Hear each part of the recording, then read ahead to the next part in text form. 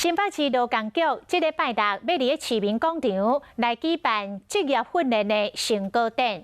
这届结训的学员当中，有男生的米驾驶，阁有女生的卡车的驾驶，要来反转社会对性别死板的印象。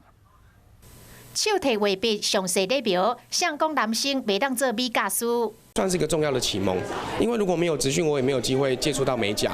我算是2度就业，因为想说不要脱离职场太久。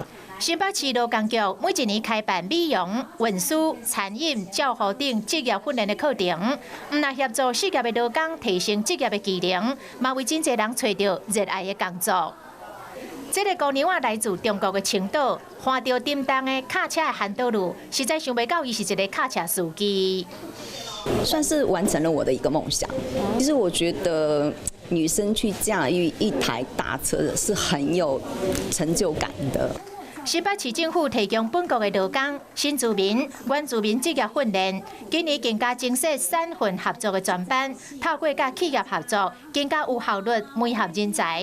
透过这些训练的话，能够充实自己的职场竞争力。